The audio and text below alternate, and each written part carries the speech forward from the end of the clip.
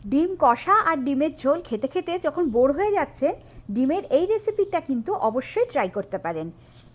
তার জন্য প্রথমেই ডিম সেদ্ধ করে তাতে নুন, হলুদ আর লঙ্কা গুঁড়ো মাখিয়ে নিতে হবে। হলুদের পরিমাণটা একটু কম দেবেন।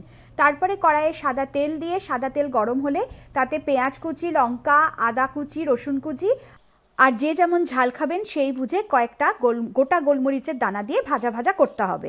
ভাজা ভাজা হয়ে আসলে এর মধ্যে কিছুটা কাজু বাদাম দিয়ে আবারও খানিকক্ষণ একটু ভালো করে ভেজে নিতে হবে। তারপর ওই ভাজা মশলাটাকে একটা বড় প্লেটে ঢেলে ভালো করে ঠান্ডা করে নিতে হবে। মশলাটা ঠান্ডা করতে দিয়ে আরেকটা মশলা আমাদের তৈরি করতে হবে, যার মধ্যে থাকবে হচ্ছে টক দই আর পোস্ত। নারকেল কোড়া ইউজ করাটা একদমই কিন্তু অপশনাল, আপনারা চাইলে করতেও পারেন, নাও করতে পারেন। এরপর আবার কড়াই বসে তাতে সাদা তেল আর একটু ঘি দিয়ে বেরেস্তা ভেজে নিতে হবে। ঘি ছাড়া তো বেরেস্তা ভাজা হয় না। বেরেস্তা ভাজা হয়ে গেলে ওই একই তেলে একটু ডিমগুলোকে এবার ভাজতে হবে। আর অন্যদিকে ভাজা মশলাটা ঠান্ডা হয়ে গেলে তার একটা পেস্ট বানিয়ে নিতে হবে।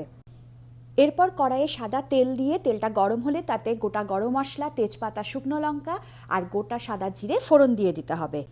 যে দু ধরনের মশলার পেস্ট তৈরি করা হয়েছে সেই দু ধরনের মশলা কড়াইয়ে দিয়ে এরপর ভালো করে কষিয়ে নিতে হবে আর পরিমাণ মতো গরম জল দিয়ে একটা গ্রেভি তৈরি করতে হবে। তারপর পরিমাণ মতো নুন মিষ্টি মেশাতে হবে, তবে নুনের থেকে মিষ্টিটা একটু বেশি দেবেন, এই রান্নাটা একটু মিষ্টি মিষ্টি হবে।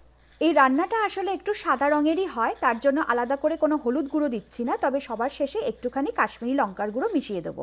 সেদ্ধ ডিমকে ভাজার আগে কিন্তু ছুরি দিয়ে একটু চিড়ে নেবেন, তাতে ভিতরে মশলাগুলো প্রপারলি ঢোকেও, আর তেলে দিলে ডিম একদমই ফোটে না। ইভেন মাইক্রোওয়েভে দিয়ে যখন গরম করবেন তখনও ফুটবে না। আর সবার শেষে বেরেস্তা, কাঁচা লঙ্কা দিয়ে গার্নিশ করে দিলেই ডিমের এই নতুন রেসিপিটি একদম রেডি। টাটা।